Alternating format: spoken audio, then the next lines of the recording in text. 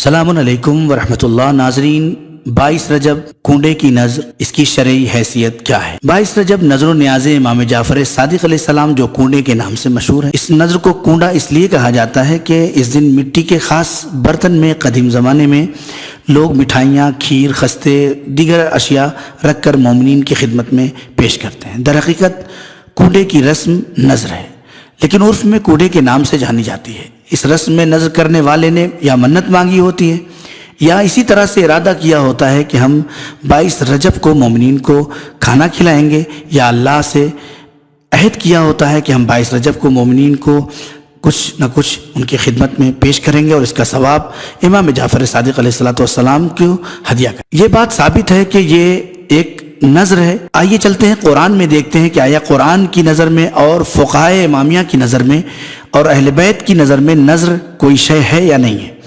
قرآن کی نظر میں اگر دیکھیں تو نذر سورہ نمبر 3 آیت نمبر 144، جو تم کسی پر خرچ کرو یا نذر مانو تو اللہ اسے جانتا ہے۔ سورہ نمبر اسی سورہ کے آیت نمبر 35 میں دیکھیں، اگر اے میرے رب، میں نے نذر مانی ہے تیرے لیے اس بچے کی جو میرے پیٹ میں ہے، بس اسے قبول فرما۔ یہ ایک نذر قرآن کی ہے۔ اس کے بعد سورہ نمبر 22 آیت نمبر 29 قرآن فرماتا ہے کہ چاہیے کہ یہ لوگ اپنی نظریں پوری کریں، جو نظریں عہد کریں اور مانیں اسے پوری کریں۔ پھر سورہ نمبر 19 آیت نمبر 26، میں نے اللہ کے لیے روزے کی نذر مانی ہے، بس آج کسی سے کلام نہیں کروں گی۔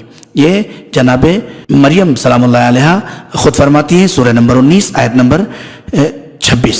روایات میں ملتا ہے کہ امام حسن و امام حسین علیہ السلام بچپن میں بیمار ہوئے تو امام علی علیہ السلام اور حضرت فاطمہ سلام اللہ علیہ نے حسنین علیہ السلام کی شفا کے لیے 3 دن نذر کر کے روزہ رکھا۔ اگر آپ نذر کو دیکھیں تو نذر کی تعریف ہے کہ انسان اپنے آپ پر واجب کر لے کہ اللہ کی رضا کے لیے کوئی اچھا کام کرے گا یا کوئی ایسا کام جس کا نہ کرنا بہتر ہو ترک کرے۔ نذر کی معمولاً 2 قسمیں ہیں، نذر مشروط، نذر مطلق۔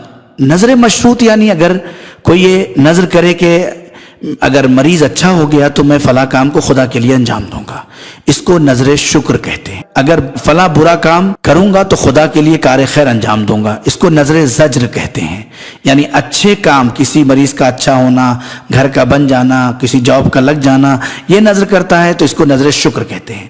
لیکن یہ کوئی کہے کہ میں شراب چھوڑ دوں گا، اگر میں نے شراب چھوڑ دیا تو میں 5 لوگوں کو کھانا کھلاؤں گا، میں نے سگریٹ چھوڑ دیا تو میں نے 5 لوگوں کو کھانا کھلاؤں گا، یا میں نے نماز صبح جو قضا ہو رہی ہے یہ چھوڑ دیا قضا کرنا اور نماز پڑھنے لگا، تو اس کو کہتے ہیں نذر زجر کہتے ہیں۔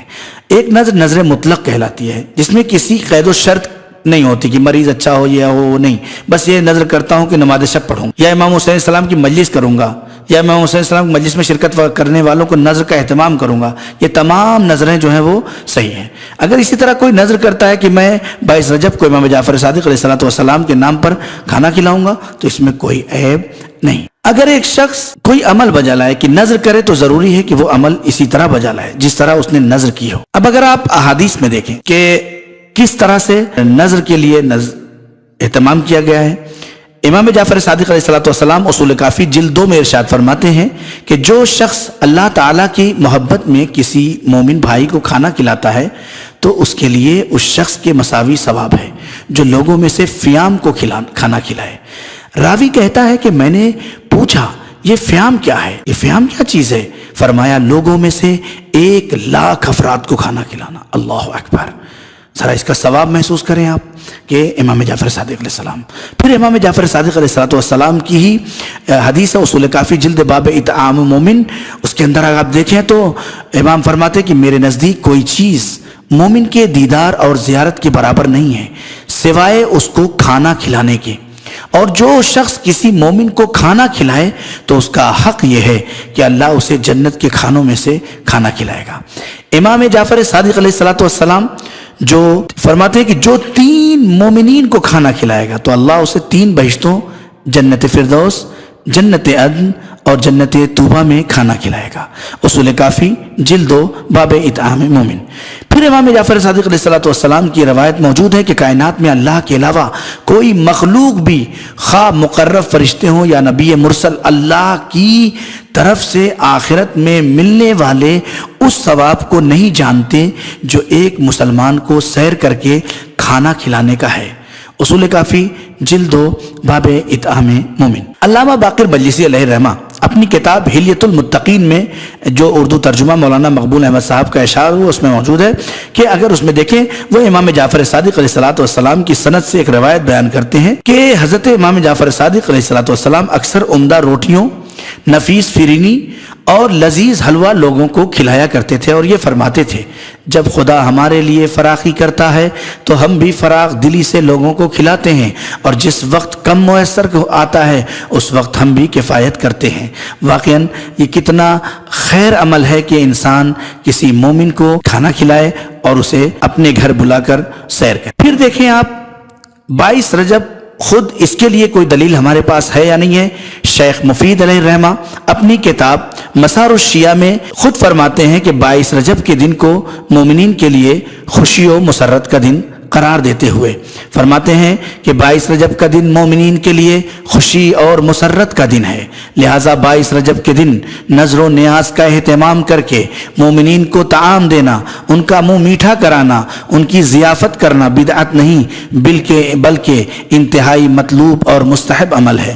بلکہ اگر کسی نے اللہ تعالیٰ سے عہد کیا ہو، نذر کی ہو کہ میں ہر سال 22 رجب کے دن مومنین کو مدعو کروں گا اور ان کے لیے طعام یا کھانے کا بندوبست کروں گا اور اس عمل کے ثواب کو امام جعفر صادق علیہ السلام کو ہدیہ کروں گا، تو اپنی اس نذر کو، اس عہد کو پورا کرنا اس شخص پر واجب بھی ہے۔